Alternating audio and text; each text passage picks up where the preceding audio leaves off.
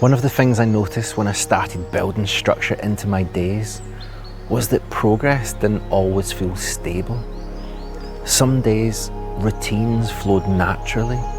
Other days, my thoughts spiraled, my emotions swung, and even small decisions felt heavy.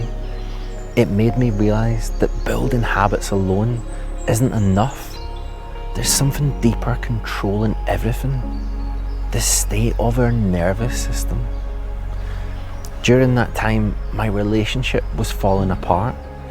Hope would flare up one day, only to crash the next. I'd replay conversations in my head, trying to fix what I couldn't.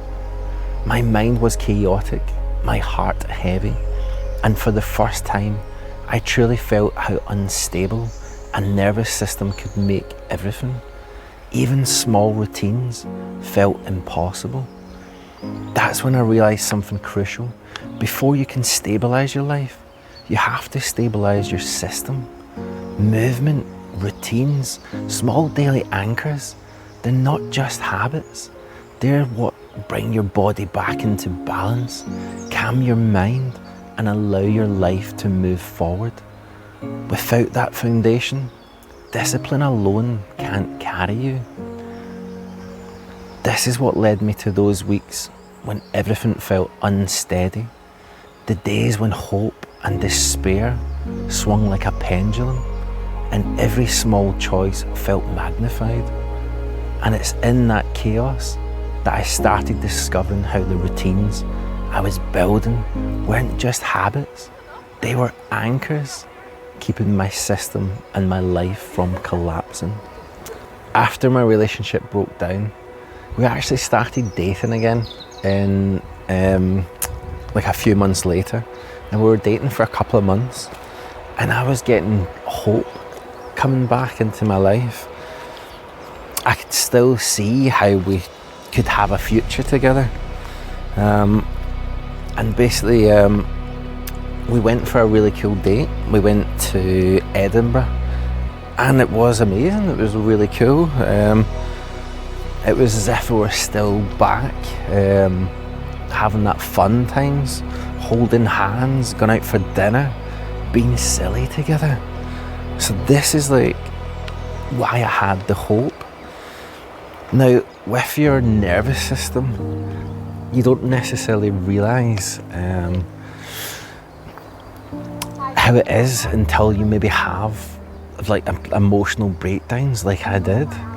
Because from that 1 week where I had hope, we dated the following week, and within that like space of 1 week, the whole dynamic changed. Like that second week when I saw her, I could just sense something was off. And then by the time the kind of night, the date was over, she basically says, I can't do this anymore. And it's a bit like she said, kind of, it's too little too late. Because before that, I was actually in my mind with the dating aspect. We even booked a holiday.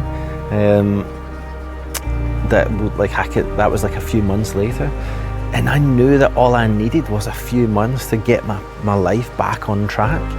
I was already feeling that I was already starting these principles and daily habits.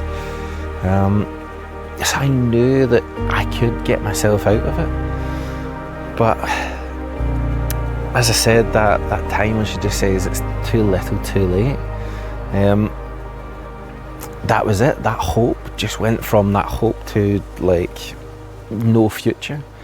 And at first it didn't really sink in, because we agreed that we wouldn't speak to each other for a month, and we kind of stuck by that.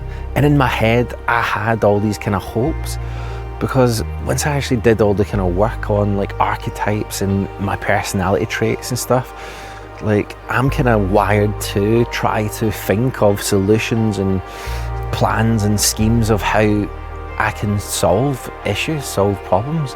So for me it was just right, I'm going to solve this issue. And so from that, not speaking to each other for a month, I thought, well, that will give me like the couple of months to get myself back in order,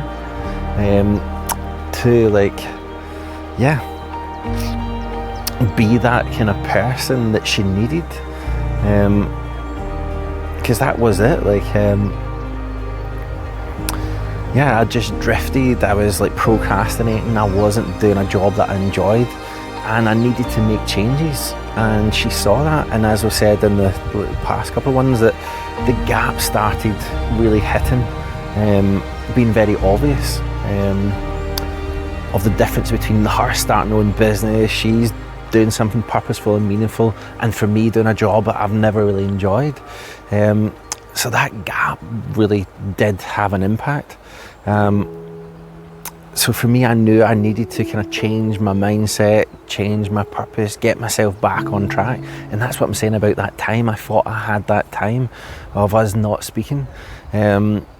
So in like after 3 weeks, I kind of reached out to her again. I kind of emailed and just seen how she was. And it just, anything I said, it just came back as if it was miscommunicated, and it just kind of made things worse. So after that 1 month, it was right. She said, I don't want to speak to you again. I don't want us to be back together. And then so another month went past, and then that's when I kind of reached out. I kind of had these ideas that maybe we could do some like therapy or get back together somehow. And so I emailed her just asking how she was, and she just get back saying, I'm on the 8th book of heartbreak. So immediately hope started rushing in my head. I was thinking that maybe she's going through like a healing journey. She's still like kind of having feelings for us and stuff. So I did have hope. So that's when I suggested about us doing couples therapy. And in my head of like preparing for this kind of message, because I was writing out letters to her and I was trying to propose this in letters, so I really dug deep and thought deep about what I was going to say, and then I was thinking about what her reaction would be. So I had loads and loads of like ideas of what she was going to reply to me, but what she did actually say, like, it just like took me by surprise. And yeah, like the words had spite in them. And basically she just says, I don't want to ever see you again, ever. And that hope just fell through the floor. Like 1 minute I'm thinking maybe there is a possibility she still has feelings, we'll get back together, and immediately it was just, I never want to see you ever again, with that spite. And for me, like as I said before, it was like the person I've loved the most in the world. Like I've really thought deep about that, and I know she had real deep love for me as well. So I didn't understand how that could be the words that's coming from her mouth. So this is what I'm saying about this nervous system. If your nervous system isn't prepared for something, then it can really shock the system. Like I went from hope, and then it was like through the floor into the depths of despair. Now, yeah, like it really affected me. Like for 3 days, I sat with all those negative feelings, like all the kind of walls or boundaries stability that I built up in myself to have like disappointment, or like, yeah, like I've went through a lot of my life having hope and getting crushed all the time, with this kind of waiting for external funds, etc. But this was different. It was like everything I built up, that strength that I had to keep my nervous system stable, that, as I said, crashed through the floor. And for 3 days I sat with those like hopelessness, like as if I had no purpose in life. And like, yeah, I started trying to reach out to friends, like just saying, like, my energy, I've got all this horrible negative energy and I don't know where to put it. I don't know how to like transmute this energy. I don't know like what I can do with it. And people were trying to help me, and like, as I said, like, I felt as if my nervous system was on a pendulum. Like, one moment, like, I was like, right, no, I'm going to be fine, it's going to be okay, and then the next minute, boom, back down again. And it was just so hard to deal with it. And as I said, it was like going from like hope of me getting back with my wife. It was like I tied all my joy with a relationship, like walking, holding hands, going, like as I said, forest walks, going to spas and being like kids again, and like proper joy coming out. And yeah, so as I said, that kind of joy went from joy to total despair, hopelessness, as if like I would never get that joy back into my life again. Now at the same time, I started having some heavy thoughts, because as I said, that energy, I didn't know where to put it. And a few of my friends that kind of basically are not here with us anymore, that kind of killed themselves basically. I kind of had those negative feelings, and I feel as if this is like that negative energy is where, like, do you know what I mean? Maybe this is what they were thinking before that happened. And at the same time, my dad, when his cancer came back for the second time, he stayed with me for the last week of his life. And the first night, I tried to feed him, and I just said to him, like, Dad, you need to eat. And he's like, John, I don't want to eat, I want to die. And for your dad to say that, and for you know that there's just no hope left in him, like the joy of his life was just sapped out. He felt really hard done by in his life. Like, his cancer coming back a second time, I knew, like I've spoke to before about it, like he had quite bad depression and he hated his job. Now obviously there is some parallel things in my life. I'm not enjoying my job, and like ancestral trauma is a thing that it does get passed down to people, and unless that person actually does something about it, it will get passed down again.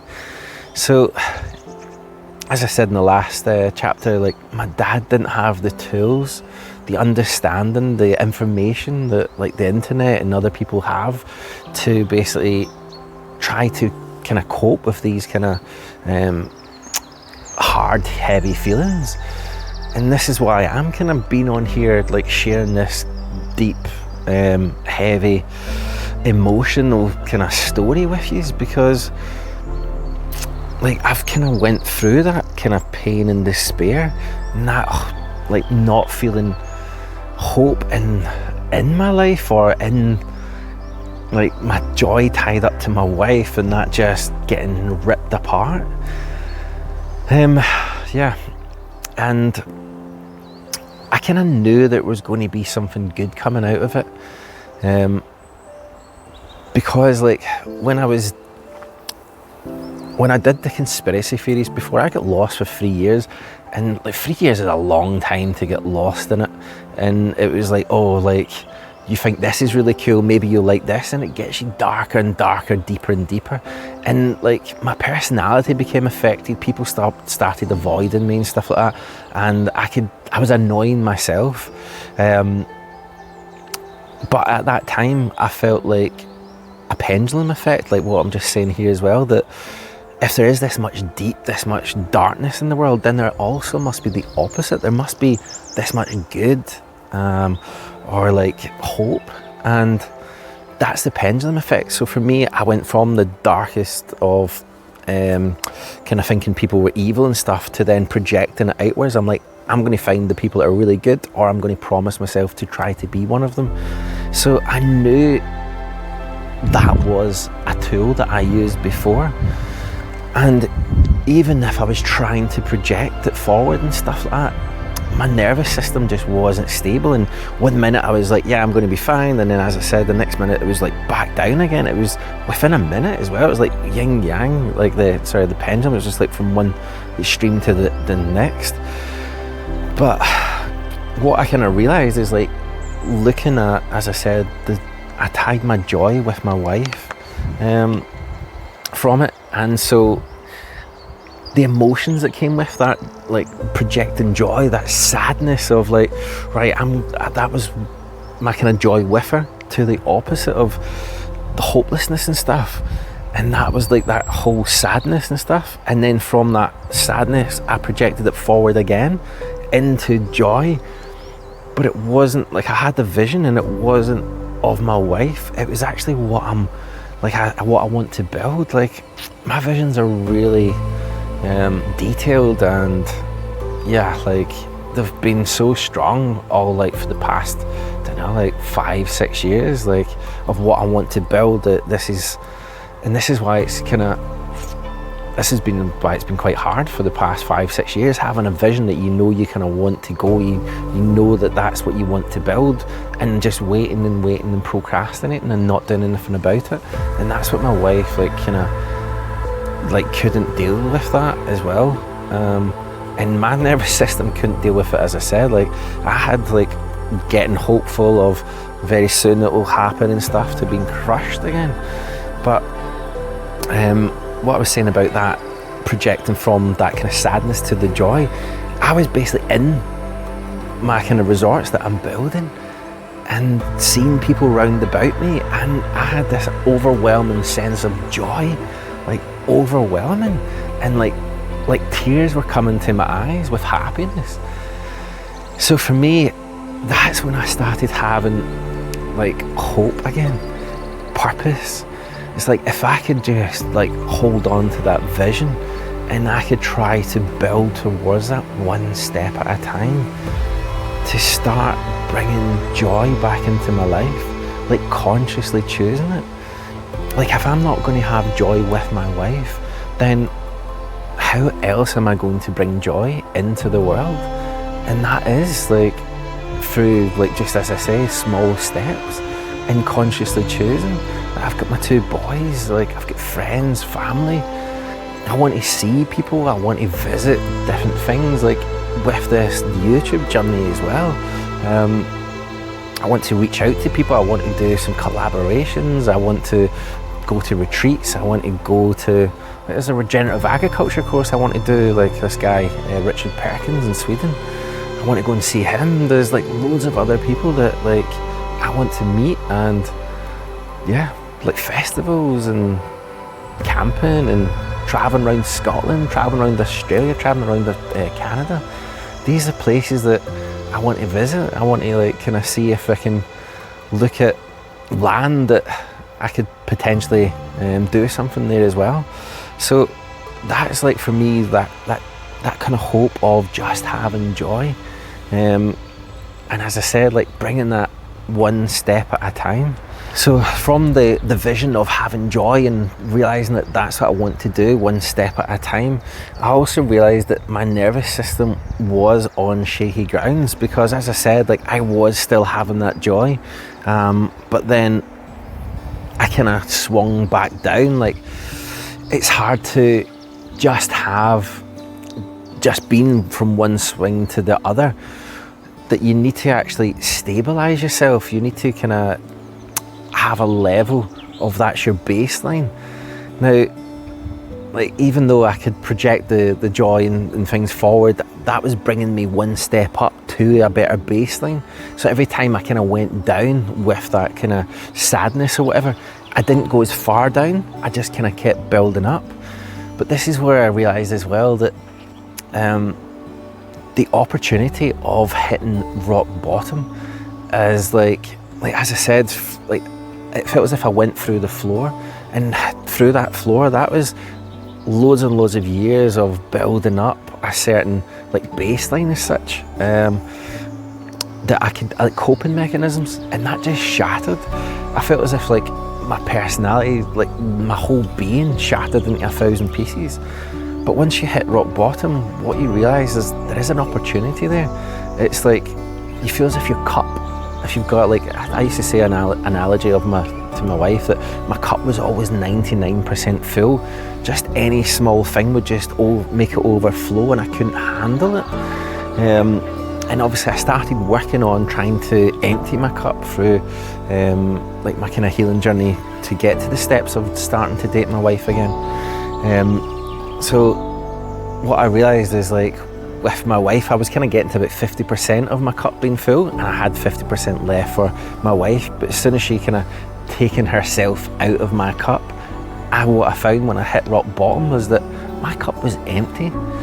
I had nothing left. And that's when as I said, hitting those 3 days of despair, the pendulum swing. But you've got opportunity there when you've got nothing there.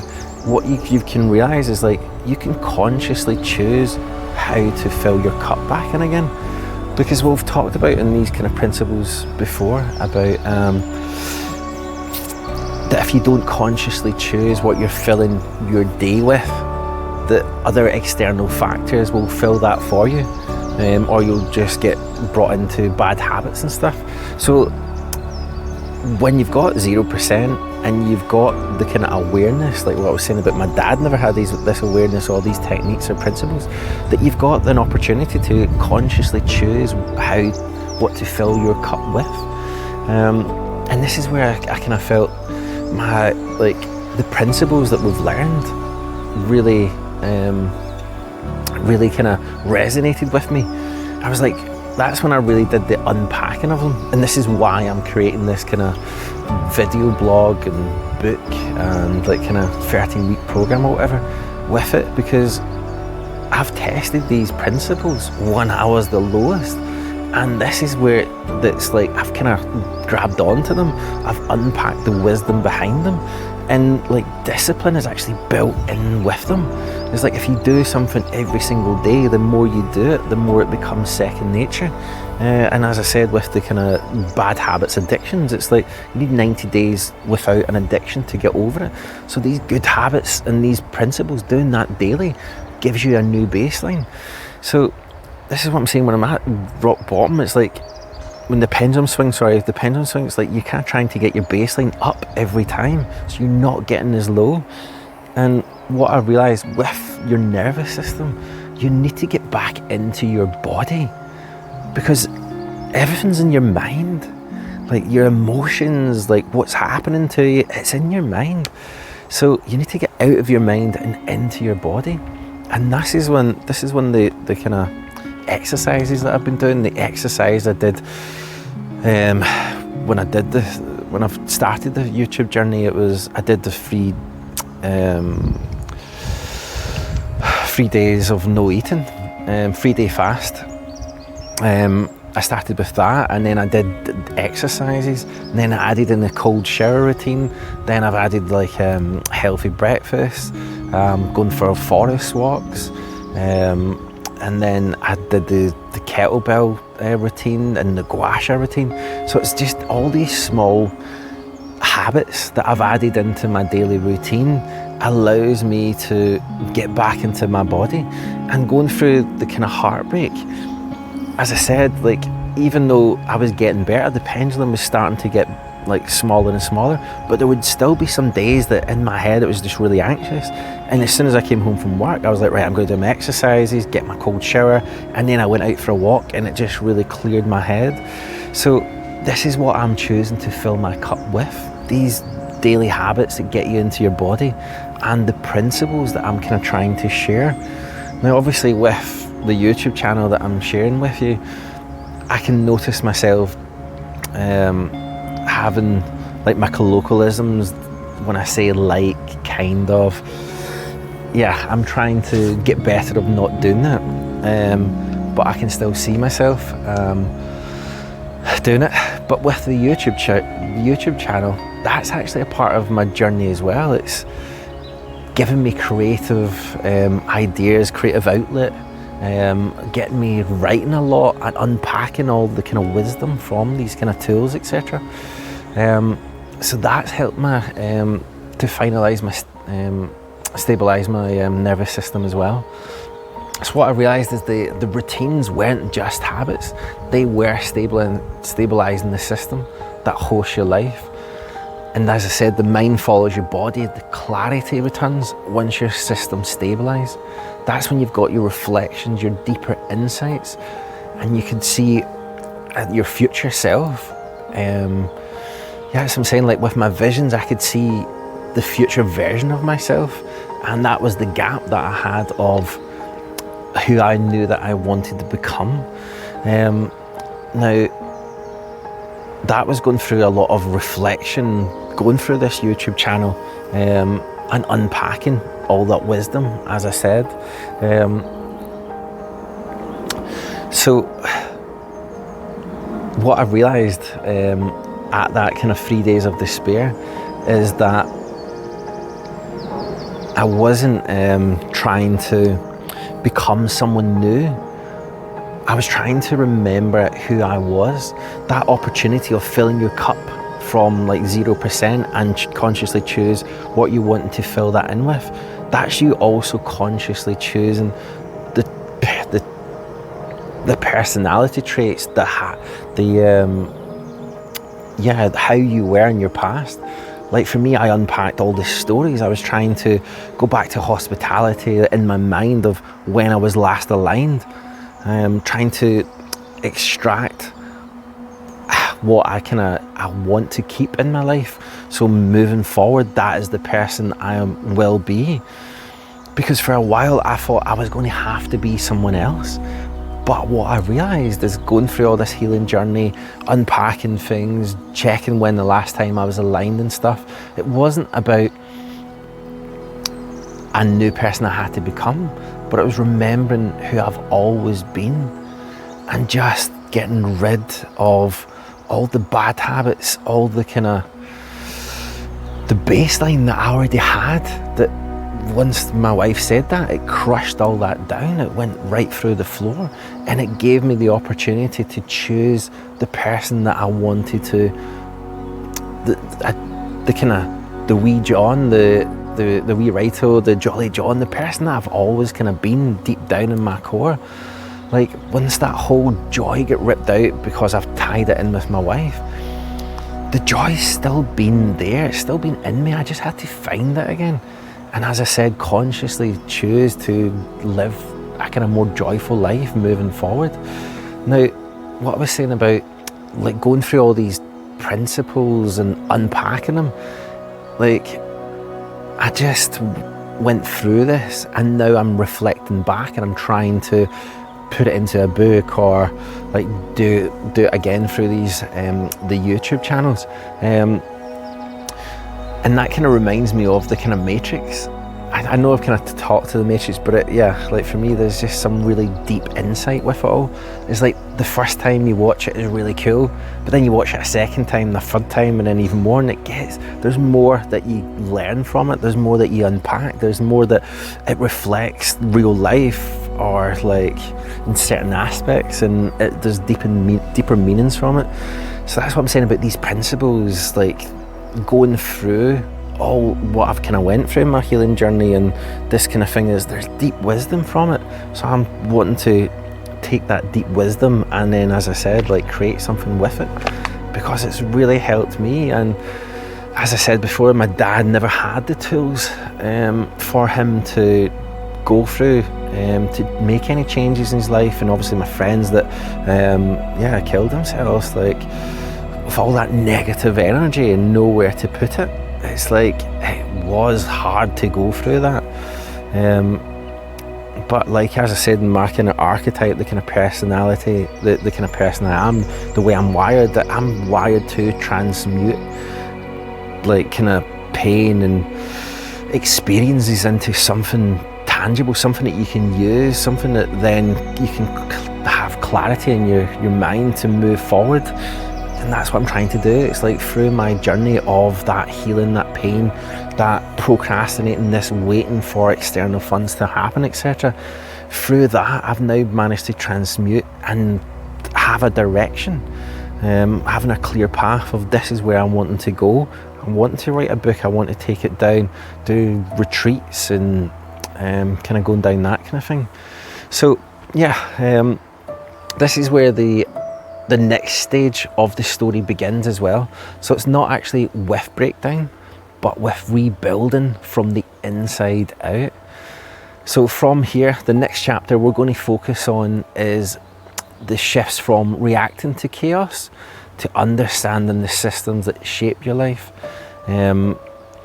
So yeah, as I said, like that kind of nervous system, that's kind of settled, and now we're wanting to, try to get back into the rhythm of your life, trying to structure your day better. Using the principles, the kind of ideas, the kind of concepts, and trying to get yourself a better rhythm, give yourself a better baseline to carry forward.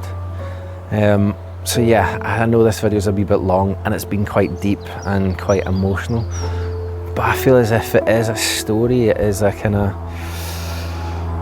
lesson that I hope that I can help people with similar thoughts, to know that when you've got that negative energy, there is a place to put it, and think of the pendulum effect, project it forward. Then you can unpack the whole lesson in that kind of pain. I think there's some other people say it's like through pain there becomes beauty. There is beauty in the pain as well, and I kind of knew that there was beauty in it, and I just had to project it to the opposite feeling. And as I said, like going through that, hitting through that floor with those like words, it shattered that baseline. The person that I kind of tried to pretend I was, it took him away, and so I could then get to the bottom and build my life up from the bottom, and know that I have got joy in my life and in the future, and I can consciously choose to bring that joy into my daily life. Now I'm sorry, I've kind of talked a lot in this one, but I feel as if I'm not having my likes or all that kind of rest of it. So I've definitely this content is very passionate. It's like obviously very true to what I've went through, and as I said, I kind of want to help. Hope it helps other people, this message. So I'm going to leave it there. So stand you by, guys. Ciao.